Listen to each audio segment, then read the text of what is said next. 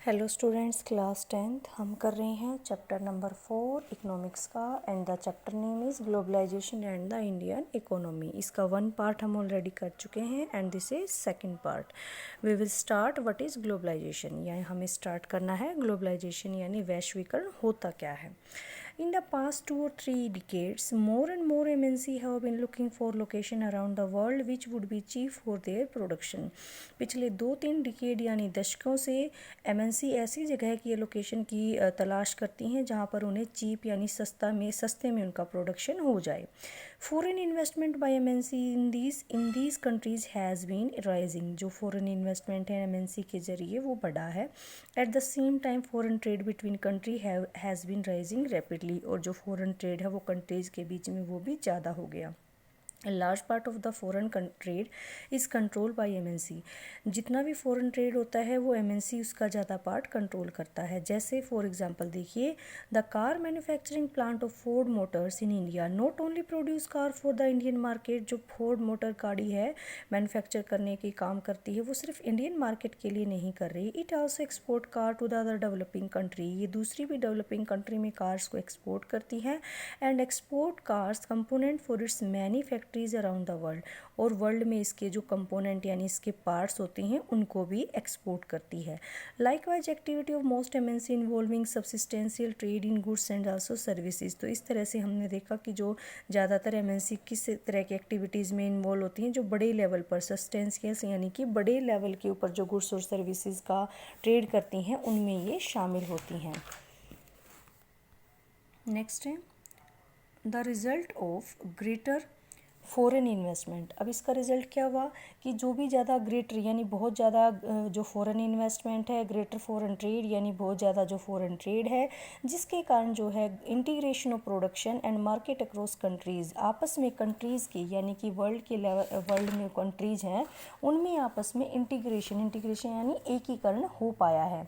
Globalisation is this process of rapid integration और interconnection between countries. तो globalisation यानी वैश्वीकरण एक ऐसी प्रक्रिया है जिसके अंदर जो देशों के बीच यानी आपस में वर्ल्ड के जितने भी देश हैं जो ट्रेड करते हैं, देशों के बीच में जो आपस में संबंध हैं और एकीकरण वो ज़्यादा हो पाया है। Globalisation in this process of rapid integration यानी ग्लोबलाइजेशन के कारण ही जो आपस में कंट्रीज़ का इंटीग्रेशन और इंटरकनेक्शन है वो उसकी प्रक्रिया तेज हुई है। MNC are playing a major role. इसके अंदर ग्लोबलाइजेशन प्रोसेस में MNC ने एक मेजर यानी इंपॉर्टेंट रोल प्ले किया है। More and more goods and services, investment and technology are moving between countries. अब ज़्यादा से ज़्यादा गुड्स और सर्विसेज आपस में कंट्रीज़ में इन्वेस्टमेंट और टेक्नोलॉजी इनका लेन देन होना शुरू हो गया है।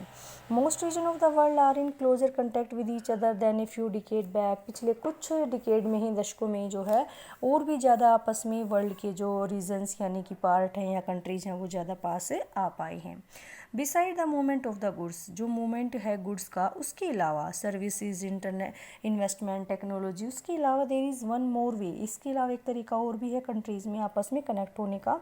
This is through the movement of people between countries. लोगों का आपस में कंट्रीज़ में आवागमन या आना जाना।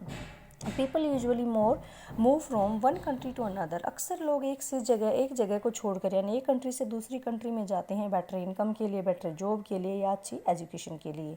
इन द पास्ट फ्यू डिकेड, पिछले कुछ डिकेड्स में, however there has not been much increase in the movement of people between countries due to various restriction. लेकिन पिछले कुछ सालों में ये जो मूवमेंट है ये काफ़ी कम हुआ है क्योंकि जो सरकार या जो गवर्नमेंट होती हैं कंट्रीज़, उन्होंने काफ़ी सारे रिस्ट्रिक्शन यानी कि अवरोध लगा रखे हैं। नेक्स्ट है factors that have enable globalisation. जो ग्लोबलाइजेशन को पॉसिबल बनाते हैं ऐसे फैक्टर्स को देखना है। Number 1, technology.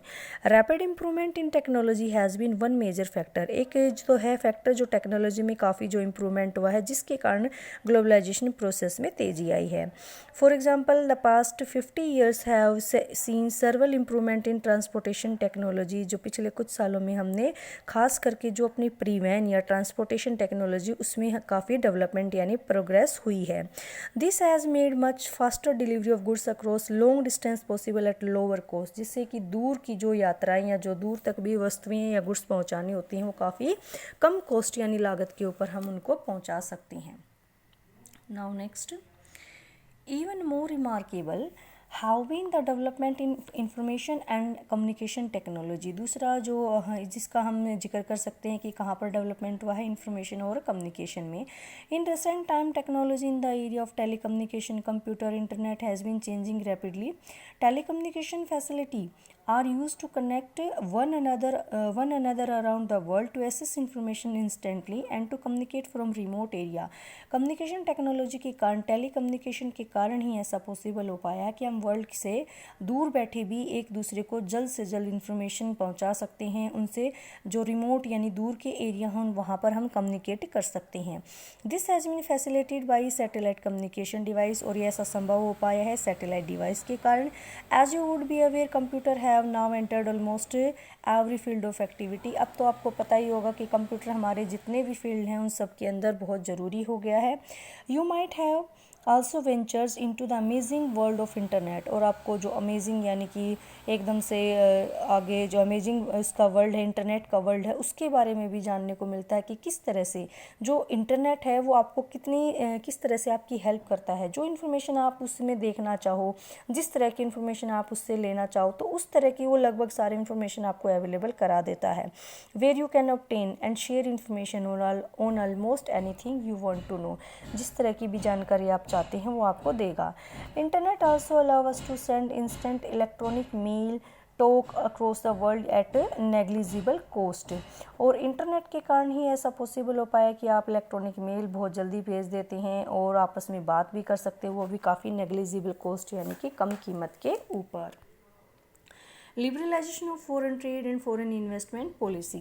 Let us return to the example of import of China toys. China toys का एक एग्जाम्पल हमने पढ़ा था कि उसके बाद कहता है सपोज कि इंडियन टैक्स गवर्नमेंट जो उसके ऊपर टैक्स लगा देती है जो भी हम इंपोर्ट करते हैं, तो क्या होगा? Those who wish to import these toys would have to pay tax on this. तो क्या होगा कि जो भी वहाँ पर जो टैक्सेस बढ़ जाएंगे, इंपोर्ट के ऊपर टैक्सेस बढ़ जाएंगे, तो जो भी इसके अंदर ट्रेड कर रहा है उसके लिए प्राइसेस भी बढ़ जाएंगे। बिकॉज ऑफ द टैक्स में बढ़ने के कारण हायर प्राइस हो जाएगा जो भी इसके अंदर ट्रेड कर रहा है। Chinese toy will no longer be a cheap in Indian market and import from China will automatically reduce. अब इंडिया की मार्केट में चाइनीज़ जो खिलौने हैं, टॉयज़ हैं, उनका वो इतने सस्ते नहीं हैं, ये ऑटोमेटिकली यानी अपने आप ही इनका जो इम्पोर्ट है वो कम हो गया है। Indian toy market will prospers. अब इंडिया के बीच जो टॉय मार्केट है वो काफ़ी समृद्ध हो गई है। Tax on import is an example of trade barrier. Trade barrier होता है व्यापार के अंदर कुछ बाधाएं आ जाना, अवरोध आ जाना। तो टैक्स इंपोर्ट यानी कि आयात के ऊपर, इंपोर्ट के ऊपर टैक्स लगाना टैक्स बैरियर जैसा यानी व्यापार में अवरोध पैदा करने जैसा है।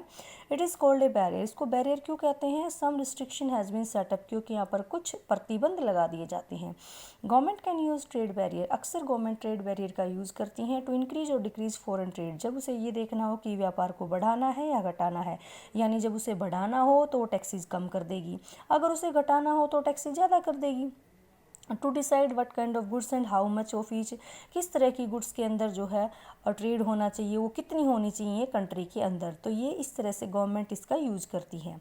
The Indian government after independence had put barrier to foreign trade and foreign investment. हमने आज़ादी के बाद ही अपने जो फॉरेन ट्रेड और इन्वेस्टमेंट है उसके ऊपर बैरियर लगा दिया था, रोक लगा दी थी। This was consider necessary. हमने ऐसा क्यों किया? क्योंकि to protect the producers within the country, क्योंकि उस समय पर जो हमारे प्रोड्यूसर्स थे उनको प्रोटेक्ट करना बहुत ज़रूरी था, संरक्षण देना बहुत ज़रूरी था। किससे? फॉरेन कंपटीशन से। Industries were just coming up in 1950s 60s and competition from import as that stage would not have allowed these industry to come up.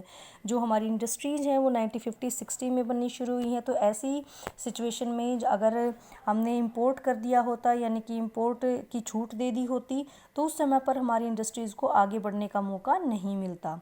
दस India allows import only essential. तो उस समय सिर्फ हम जो ज़रूरी चीज़ें होती थी उन्हीं का इंपोर्ट करते थे, जैसे मशीनरी, फर्टिलाइजर या petroleum.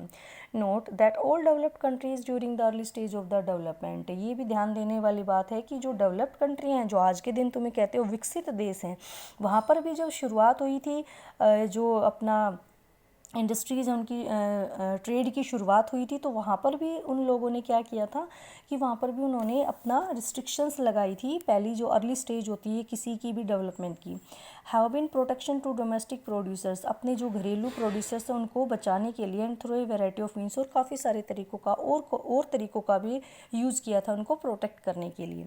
Starting around 1991 some far reaching changes in policy were made in India, कुछ 1991 के करीब जो है भारत में पॉलिसीज़ को चेंज किया गया। The government decide that time had come for Indian producer to compete with producer around the globe. अब भारत की सरकार ने ये महसूस किया कि अब वो समय आ गया है जब भारत के प्रोड्यूसर्स को भी कम्पीट करना चाहिए वर्ल्ड के अंदर जो प्रोड्यूसर्स हैं उनके साथ। It fail that competition would improve the performance of producer, इससे क्या होगा कि जो भारत के अंदर भी प्रोड्यूसर्स हैं जो चीज़ें या गुड्स में बनाते हैं उनकी भी परफॉर्मेंस में सुधार होगा विद इन द कंट्री के अंदर भी, since they would have to improve their quality, और वो अपनी क्वालिटी के अंदर भी सुधार लाएंगे। This decision was supported by powerful international organisation, और इस डिसीजन का, भारत के इस डिसीजन का जो है पावरफुल शक्तिशाली ऑर्गेनाइजेशन, इंटरनेशनल ऑर्गेनाइजेशन ने भी समर्थन दिया। Thus barrier on foreign trade and foreign investment were remove to a large extent, इस अब जो है बैरियर्स को, जो फॉरेन ट्रेड और फॉरेन इन्वेस्टमेंट थे वो उनको वहाँ से रिमूव कर दिया गया, काफ़ी को हटा दिया गया।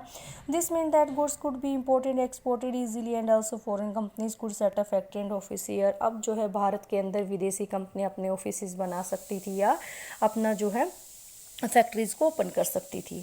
रिमूविंग बैरियर और restriction set up by the government is what is known as the liberalisation, जो भी सरकार ने बैरियर यानी अवरोध लगा रखे होते हैं या कुछ रिस्ट्रिक्शन यानी प्रतिबंध लगा रखे होते हैं उनको हटा लेना ही क्या कहलाता है, लिबरलाइजेशन यानी उदारीकरण।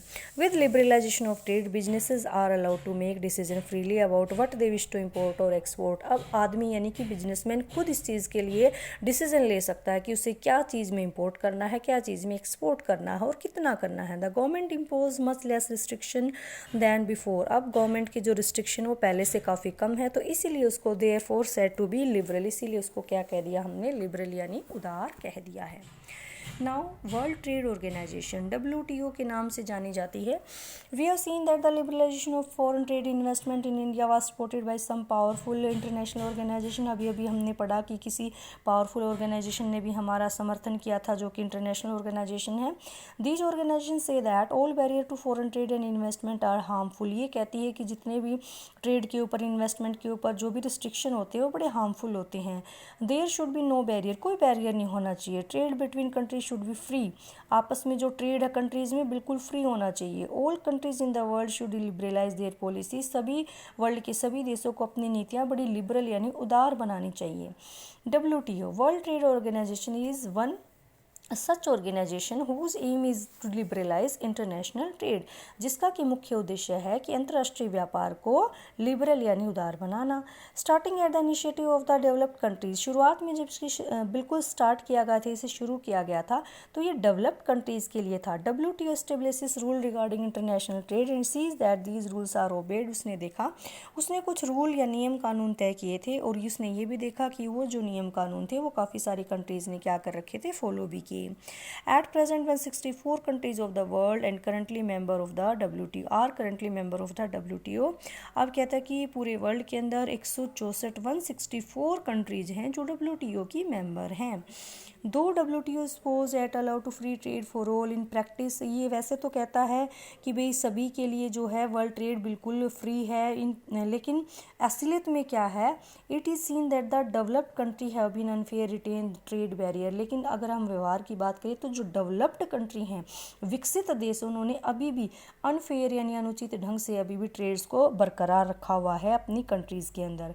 On the other hand WTO rule have force to developing country to remove trade barrier, जबकि दूसरी तरफ WTO क्या कहता है डेवलपिंग कंट्री को कि वो अपने जितने भी ट्रेड के ऊपर बैरियर उन सबको हटा दे। An example of this is the current debate on trade is agriculture product, और इसका एक जो एग्जाम्पल हम ले सकते हैं कि जो कृषि उत्पाद हैं उसके ऊपर भी, कृषि उत्पाद के ट्रेड के लिए, व्यापार के ऊपर भी जो है अभी वर्तमान में यानी करंट में डिबेट यानी बहस चल रहा है। इस पार्ट में हम इतना ही करते हैं बेटा, मिलते हैं नेक्स्ट पार्ट में। Till then okay.